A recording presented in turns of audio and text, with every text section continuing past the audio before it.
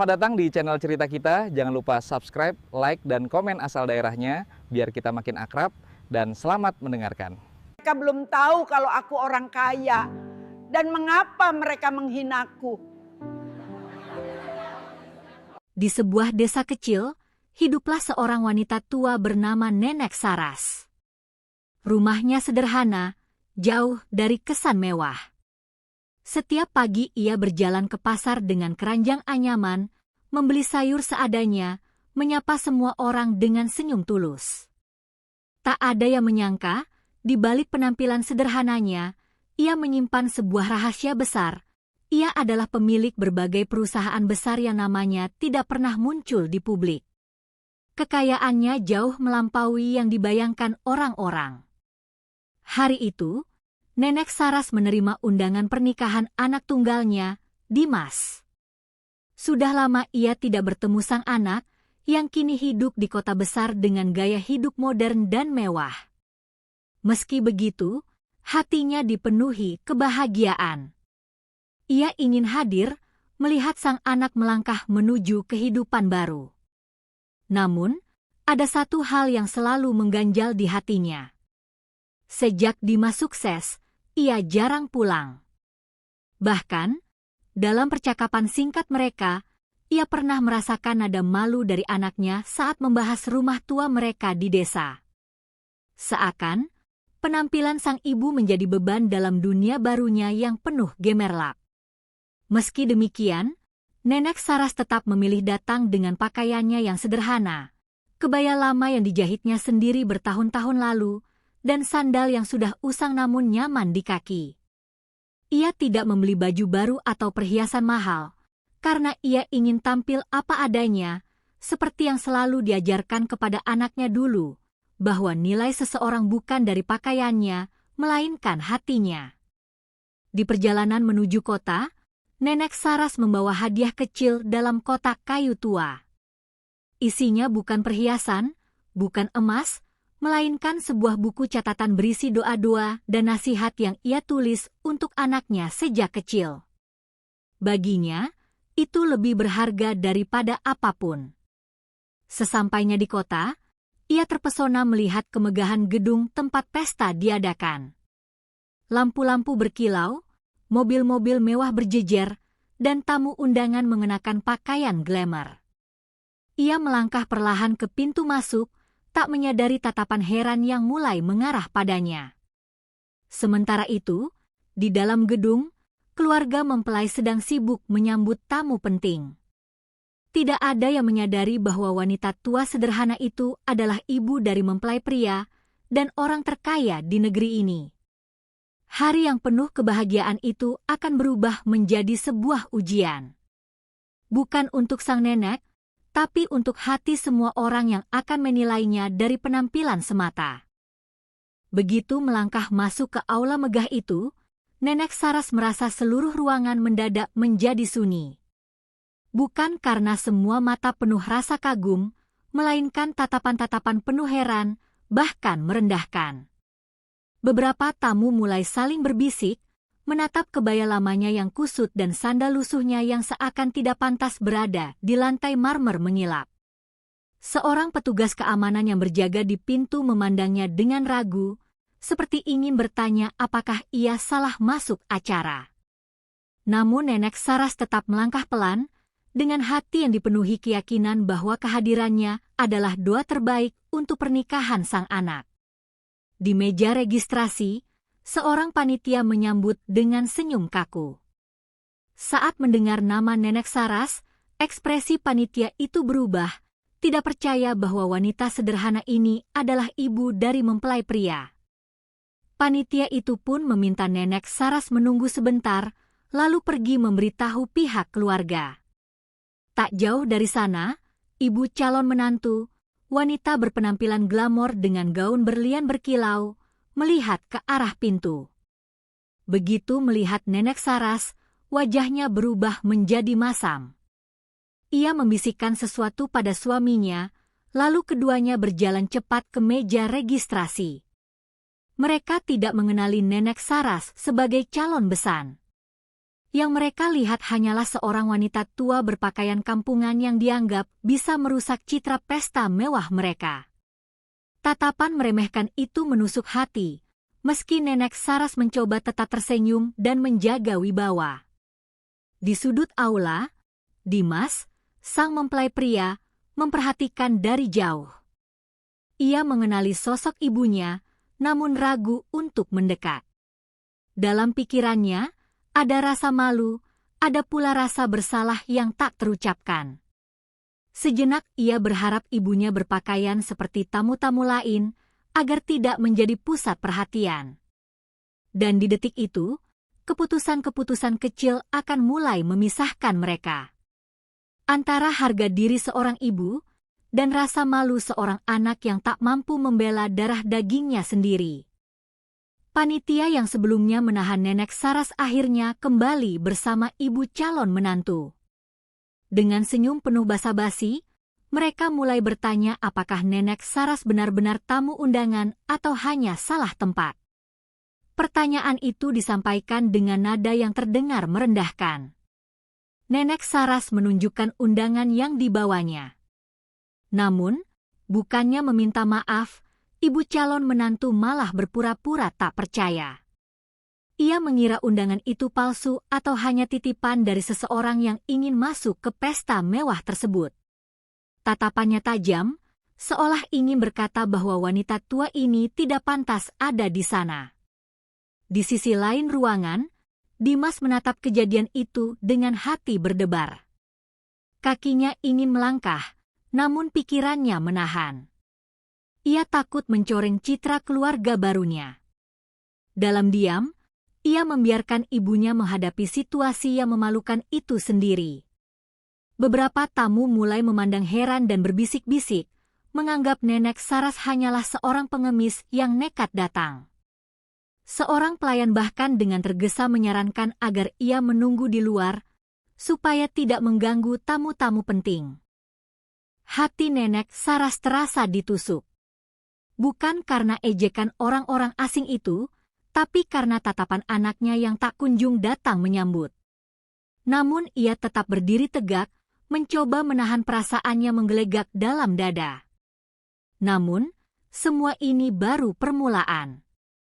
Sebab sebentar lagi, bukan hanya tatapan yang akan melukai, tapi perlakuan yang membuat luka itu bertahan seumur hidup. Panitia mulai berbicara pelan namun bernada tegas, meminta Nenek Saras meninggalkan aula untuk sementara. Mereka berdalih bahwa ruangan sudah penuh dan hanya tamu penting yang boleh berada di dalam. Namun, cara mereka mengatakannya terdengar seperti pengusiran halus yang menyakitkan. Ibu calon menantu berdiri di samping, tersenyum tipis seolah menawarkan solusi. Ia berkata bahwa Nenek Saras bisa menunggu di luar hingga acara selesai, lalu mungkin bisa bertemu dengan mempelai pria sebentar.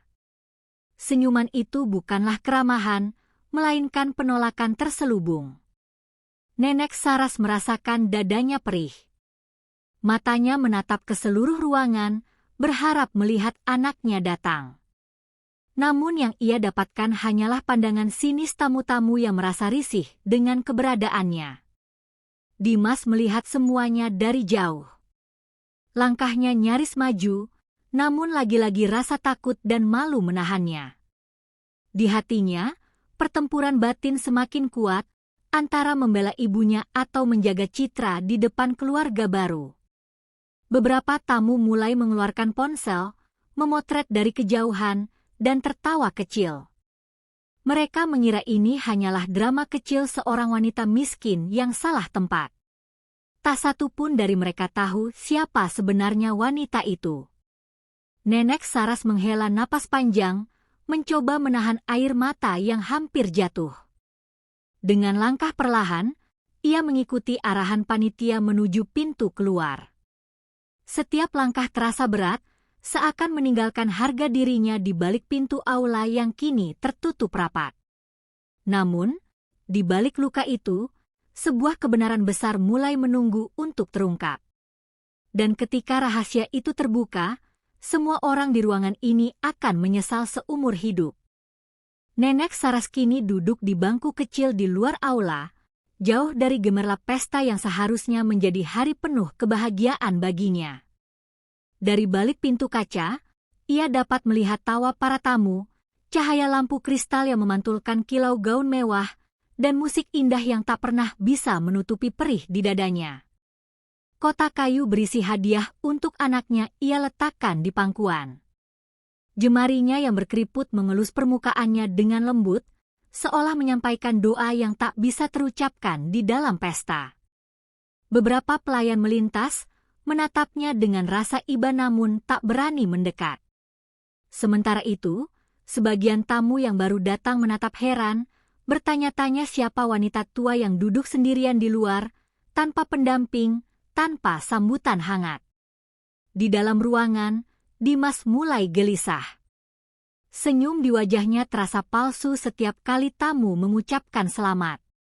Dalam hatinya, ia mendengar suara ibunya bertanya, "Apakah ini harga yang harus kubayar karena membesarkanmu sendirian?"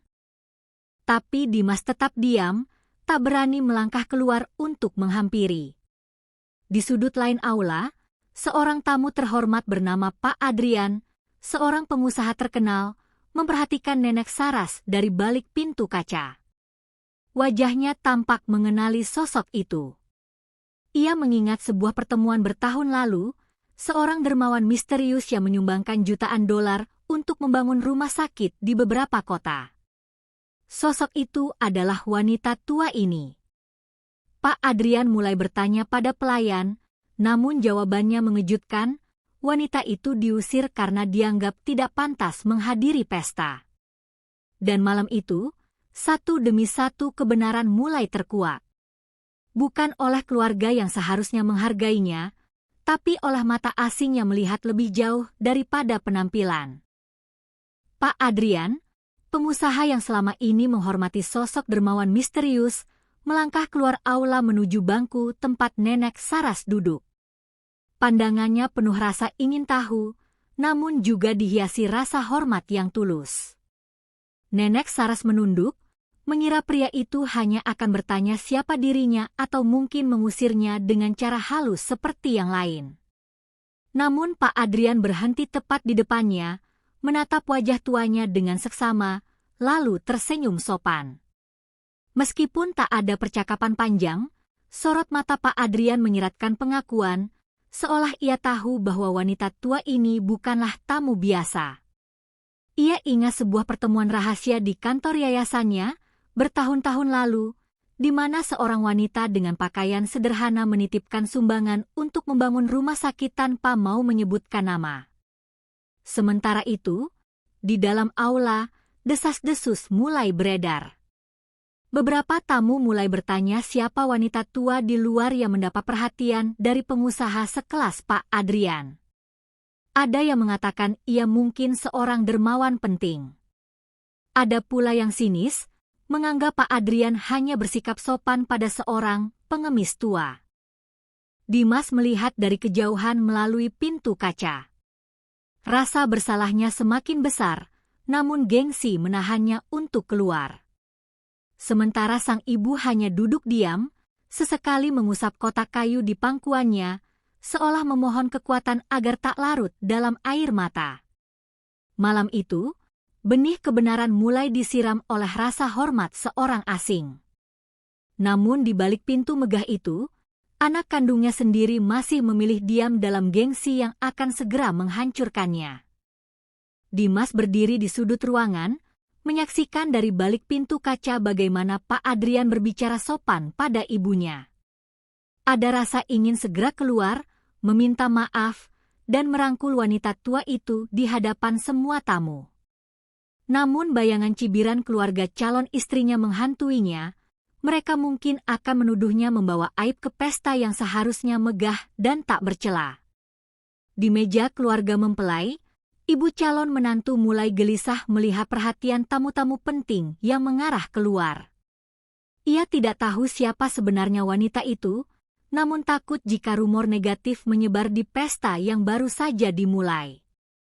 Ia memanggil salah satu panitia, berbisik agar memastikan wanita tua itu tidak kembali masuk ke aula. Di luar, Nenek Saras merasakan dingin malam menyelimuti bahunya. Namun sorot mata Pak Adrian yang penuh hormat memberinya sedikit kehangatan. Ia tidak mengenal pria itu secara dekat, tapi bisa merasakan ketulusan yang jarang ditemuinya sejak tiba di kota. Sementara itu, beberapa tamu mulai memotret kejadian dari dalam ruangan, merekam pertemuan antara Pak Adrian dan Nenek Saras. Foto-foto itu perlahan menyebar di grup-grup obrolan para tamu, menimbulkan tanya, siapa sebenarnya wanita itu? Mengapa Adrian memperlakukannya seperti tamu kehormatan? Dimas merasakan tekanan semakin berat. Senyumnya kepada para tamu mulai pudar. Setiap tawa di dalam aula terdengar hampa, sementara rasa bersalah terus mengetuk hati yang dilapisi gengsi. Tak ada yang tahu, dalam hitungan jam, kebenaran yang disembunyikan bertahun-tahun akan meledak. Dan gengsi akan menjadi api yang membakar semua yang dicintai. Foto-foto Nenek Saras yang duduk di luar aula bersama Pak Adrian mulai tersebar lebih luas di antara para tamu. Bisikan berubah menjadi percakapan terbuka. Beberapa tamu mulai mendekat ke pintu kaca, mencoba mengintip lebih jelas. Di media sosial, seorang tamu yang iseng mengunggah foto itu dengan caption bernada merendahkan. Siapa nenek ini? Berani-beraninya datang ke pesta mewah dengan pakaian seperti itu. Tanpa disadari, unggahan itu langsung menarik perhatian, karena Pak Adrian terlihat berdiri di sampingnya dengan sikap penuh hormat. Di dalam aula, suasana pesta mulai terganggu. Beberapa tamu mulai kehilangan fokus pada perayaan dan lebih tertarik membicarakan wanita tua yang diusir. Desas-desus bahwa ia mungkin seorang tokoh penting mulai mengemuka. Ada yang menyebutnya dermawan misterius yang pernah menyelamatkan sebuah yayasan besar dari kebangkrutan. Dimas merasakan tatapan orang-orang mulai beralih kepadanya. Mereka bertanya-tanya mengapa ia tidak mendekati wanita yang diduga memiliki hubungan dengannya. Jantungnya berdebar semakin kencang. Setiap senyum tamu yang datang memberi selamat rasa seperti sindiran. Di luar, Nenek Saras menatap langit malam. Lampu-lampu kota berkilau, namun tak satu pun memberikan rasa hangat. Kotak kayu di pangkuannya kini terasa berat, seolah menyimpan beban yang lebih besar daripada sekadar hadiah. Pak Adrian berdiri di sampingnya, masih diam namun penuh rasa hormat. Dalam pikirannya, ia mulai menyusun langkah, mencari cara agar wanita ini mendapat penghormatan yang pantas. Namun sebelum semua itu terjadi, pesta ini akan menyaksikan ledakan besar. Bukan dari kembang api, melainkan dari kebenaran yang tak lagi bisa disembunyikan. Di luar aula, seorang jurnalis yang datang sebagai tamu mulai tertarik pada kehadiran Nenek Saras. Ia mengenali wajah wanita itu dari sebuah acara amal bertahun-tahun lalu, di mana seorang penyumbang anonim diam-diam menyerahkan donasi terbesar dalam sejarah yayasan mereka. Tanpa pikir panjang, sang jurnalis mulai mengambil foto yang lebih jelas, lalu mengirimkannya ke redaksi. Dalam hitungan menit, berita berjudul "Dermawan misterius muncul di pesta pernikahan megah, tapi diperlakukan seperti orang asing," mulai tersebar di media daring. Di dalam aula, suasana mulai memanas. Tamu-tamu penting yang membaca berita itu di ponsel mereka mulai bergunjing keras. Beberapa bahkan mendekati keluarga mempelai, bertanya mengapa wanita yang diduga sebagai dermawan itu tidak diperlakukan dengan hormat. Ibu calon menantu semakin gelisah, sementara Dimas merasakan tatapan tajam para tamu mulai mengarah kepadanya. Ia mencoba tersenyum, namun keringat dingin mengalir di pelipisnya. Dalam hatinya, penyesalan mulai berubah menjadi rasa takut akan skandal besar yang bisa merusak nama baiknya. Di luar, Nenek Saras tetap diam, menatap pintu yang kini terasa begitu jauh dari dirinya. Kotak kayu di pangkuannya bergetar pelan karena tangannya gemetar, namun bukan karena marah, melainkan karena luka yang kian dalam di hatinya. Pak Adrian menatap wanita itu dengan hormat, lalu menoleh ke arah pintu. Ia tahu, saatnya kebenaran diungkap semakin dekat. Dan ketika pintu itu terbuka, bukan hanya seorang ibu yang akan masuk, tapi juga kebenaran yang akan mengguncang seluruh ruangan. Pak Adrian berdiri di depan pintu kaca yang memisahkan aula mewah dan bangku sederhana tempat Nenek Saras duduk. Dengan gerakan mantap, ia mendorong pintu itu perlahan, menciptakan bunyi berderit yang membuat beberapa tamu menoleh. Suasana mendadak hening. Semua mata mengikuti langkah Pak Adrian yang kini menggandeng tangan Nenek Saras dengan penuh hormat. Ia membimbingnya masuk ke aula, melangkah di atas lantai marmer yang sebelumnya seakan menolak pijakan wanita itu. Bisik-bisik kembali terdengar, namun kali ini bukan bernada merendahkan. Ada rasa penasaran, bahkan rasa kagum, karena Pak Adrian, seorang pengusaha yang dihormati, memperlihatkan perlakuan istimewa pada wanita tua itu. Ibu calon menantu merasa wajahnya memanas. Ia tahu ada sesuatu yang tidak beres, namun terlalu gengsi untuk bertanya langsung. Dimas, di sisi lain, merasa jantungnya berdetak tak terkendali. Penyesalan mulai berubah menjadi ketakutan besar akan terbongkarnya rahasia yang ia sembunyikan selama ini, bahwa ia malu pada ibunya sendiri. Di tengah aula, Pak Adrian berdiri tegak dan berkata dengan suara lantang, memperkenalkan Nenek Saras sebagai sosok yang telah menyelamatkan banyak yayasan dan rumah sakit melalui sumbangan yang tak pernah diumumkan ke publik. Suasana hening berubah menjadi kejut. Beberapa tamu menatap Nenek Saras dengan hormat, yang lain dengan rasa bersalah karena sempat meremehkan penampilannya. Namun, pengungkapan ini baru permulaan. Sebab setelah pujian datang, penyesalan akan menyusul, dan luka yang telah dibuat tak akan mudah terhapus.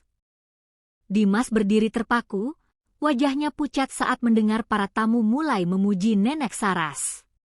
Beberapa bahkan menyalaminya, mengucapkan terima kasih atas bantuan yang tak pernah diumumkan. Namun di balik senyum-senyum itu, sorot mata mereka sesekali beralih pada Dimas, seolah bertanya dalam hati, "Mengapa kau membiarkan ibumu diperlakukan seperti orang asing?" Ibu calon menantu menunduk malu, merasa semua tatapan juga menghakimi dirinya. Pak Adrian tidak berhenti di situ. Ia mulai menceritakan kisah lama tentang bagaimana Nenek Saras bekerja siang malam menjahit pakaian untuk membiayai pendidikan anaknya. Bagaimana ia menjual satu-satunya perhiasan warisan keluarga untuk menolong seorang tetangga yang sakit keras. Kata-kata itu menancap di hati Dimas seperti jarum tajam. Bayangan masa kecilnya bersama ibunya kembali hadir, saat tangan kasar karena jarum jahit itu pernah membelainya dengan penuh kasih.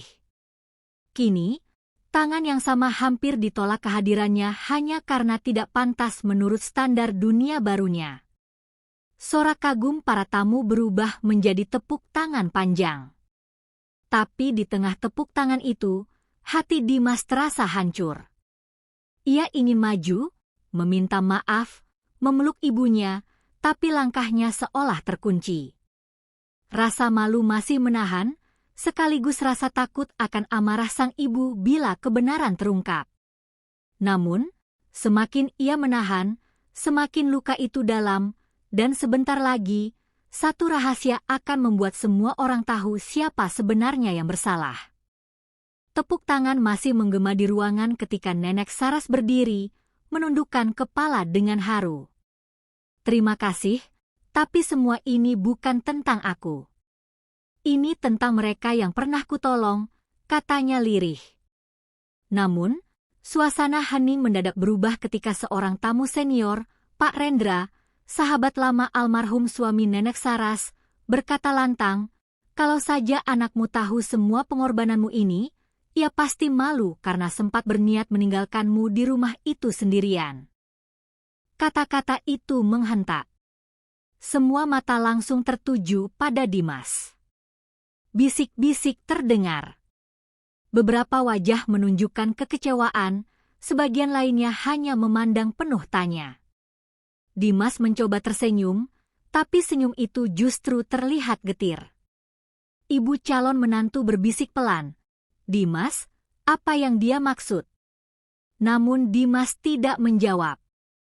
Ia hanya menunduk, berharap lantai bisa membelah dan menelannya masuk.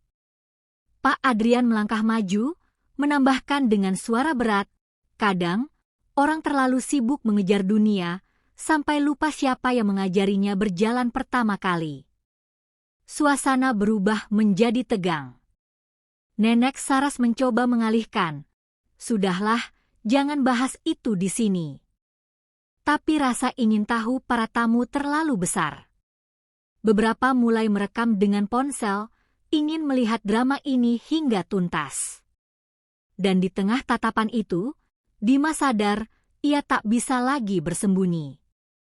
Episode berikutnya akan menentukan apakah ia akan berdiri meminta maaf atau lari dari semua yang telah ia lakukan. Aku menarik napas dalam-dalam. "Tidak, aku tidak akan lari lagi," gumamku dalam hati sambil berdiri di hadapan semua tamu yang menatap penuh tanya. Suasana terasa berat, seakan dinding ruangan pun ikut menahan napas. Ibu calon menantuku menatapku tajam, sementara ayahnya menunggu penjelasan dengan rahang mengeras. "Benar, aku pernah ingin meninggalkan Nenek Saras di panti itu." Suaraku bergetar, tapi aku melanjutkan, "Karena aku takut tidak mampu merawatnya. Takut tidak bisa membahagiakan keluargaku sendiri. Tapi itu kesalahan terbesar yang hampir kulakukan." Beberapa tamu saling berpandangan. Ada yang menghela napas, ada pula yang mulai meneteskan air mata. Aku menoleh ke Nenek Saras yang berdiri dengan tubuh bergetar, lalu berkata dengan suara pecah, "Maafkan aku, Nek, aku sempat berpikir kau beban. Padahal, kau adalah alasan aku bisa berdiri di sini sebagai seseorang yang dihormati." Tepuk tangan tak terdengar. Hanya hening panjang, sebelum suara Nenek Saras pelan namun jelas mengisi ruangan. "Dimas, apakah kau benar-benar menyesal?" Pertanyaan itu menggantung di udara, dan jawabannya akan menentukan apakah malam ini berakhir dengan kehangatan atau perpisahan yang tak bisa diperbaiki. "Ya, Nek, aku menyesal." Lebih dari yang bisa kubayangkan, jawabku dengan suara serak, menahan air mata yang hampir jatuh. "Bukan hanya karena rasa bersalah, tapi karena aku sadar kau adalah rumahku yang sebenarnya." Suara isak kecil terdengar dari sudut ruangan. Beberapa tamu mulai menyeka mata mereka. Namun, tatapan keluarga calon menantuku masih kaku, mereka menunggu bukti, bukan hanya kata-kata. Ayah calon menantuku akhirnya bicara. "Kau bicara seolah menyesal. Tapi apa kau bisa membuktikan itu? Tidak dengan janji, melainkan dengan tindakan nyata." Aku menoleh ke arah Nenek Saras, lalu menunduk di hadapannya. "Mulai malam ini, hidupku bukan lagi tentang ketakutan kehilangan, tapi tentang menjagamu, sebaik aku menjaga mimpiku sendiri. Dan, jika keluarga ini tidak percaya, aku rela melepaskan semuanya demi membuktikan bahwa penyesalanku bukan sandiwara." Ruangan hening. Lalu suara Nenek Saras pecah. "Dimas, bangunlah. Kau tak perlu melepaskan apapun. Karena malam ini, kau sudah memberi hadiah terbesarmu, keberanian untuk mengakui salahmu di depan semua orang. Namun, walau pengakuan itu membawa harapan, tak seorang pun tahu badai yang justru menunggu di luar ruangan ini." Begitu pintu ditutup, suasana pesta berubah menjadi bisikan penuh prasangka. Beberapa tamu yang tak puas mulai menyebar cerita bahwa aku hanya berakting untuk menarik simpati, bahwa pernikahan ini hanyalah permainan demi status. calon mertuaku, yang sejak tadi diam, akhirnya memanggilku ke ruang belakang.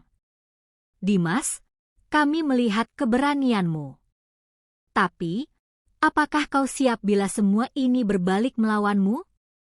Karena setelah malam ini, tidak ada jalan kembali. Aku menarik napas panjang.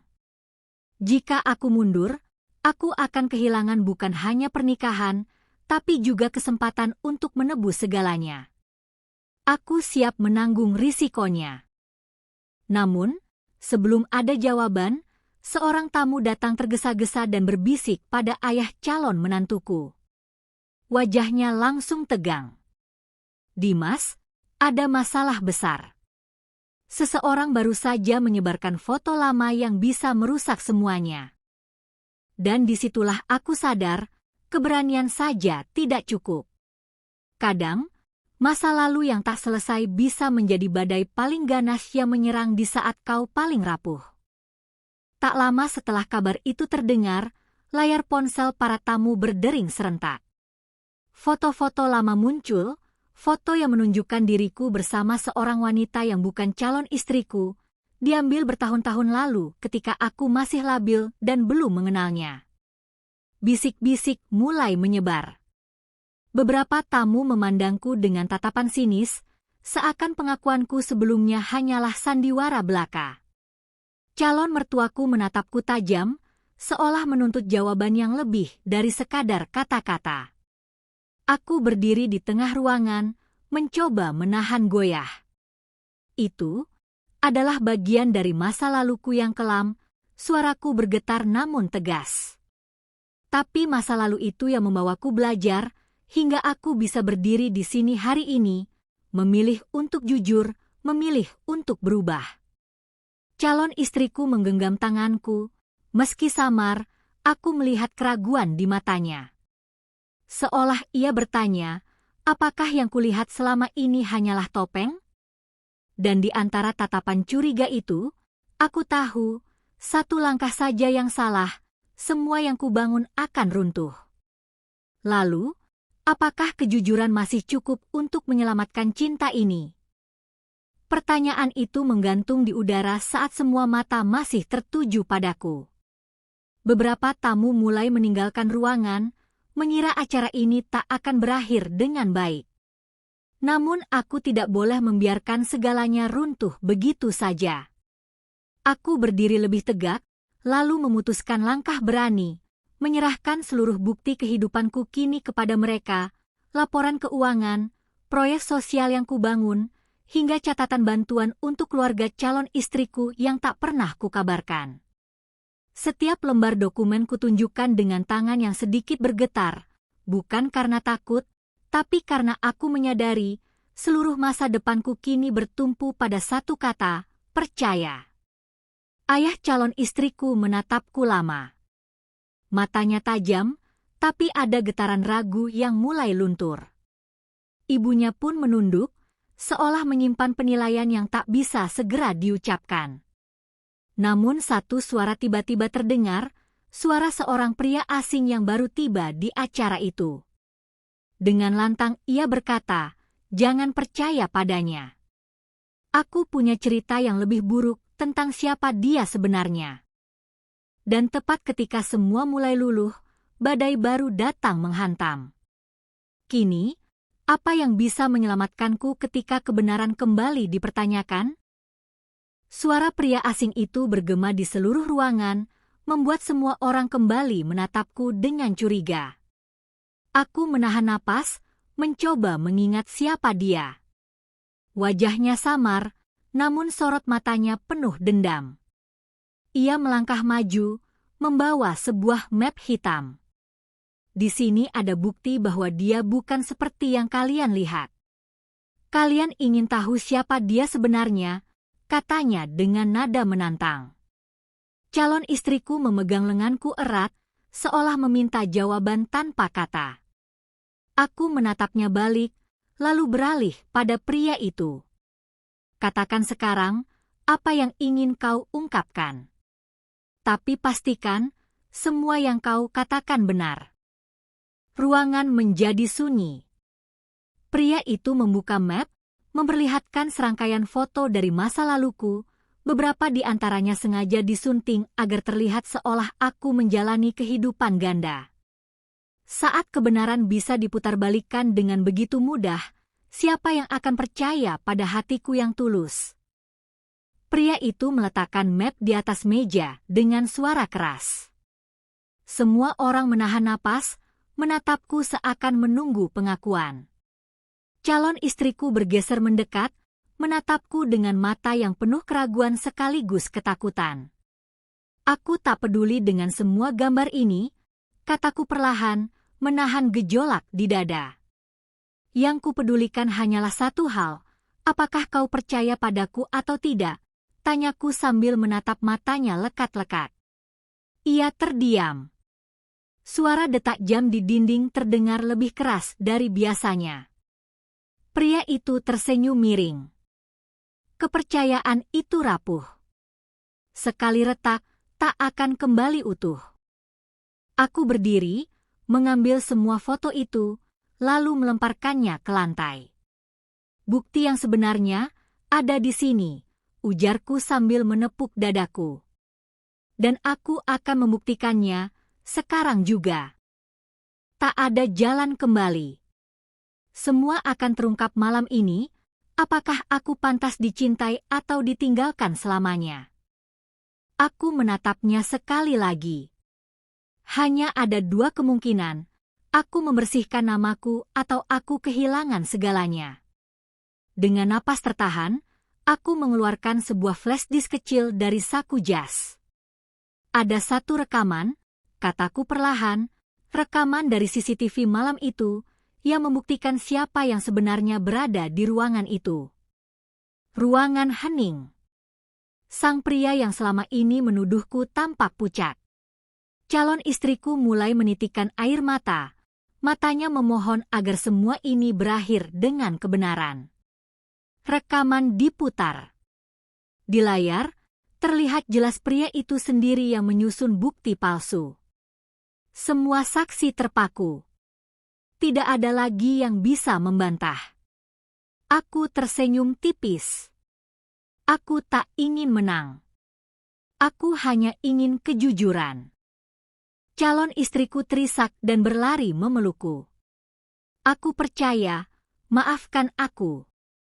Suaranya lirih, penuh penyesalan. Pria itu mencoba kabur, namun para penjaga segera menahannya. Semua yang hadir malam itu tahu, kepercayaan yang retak bisa diperbaiki jika kebenaran terungkap.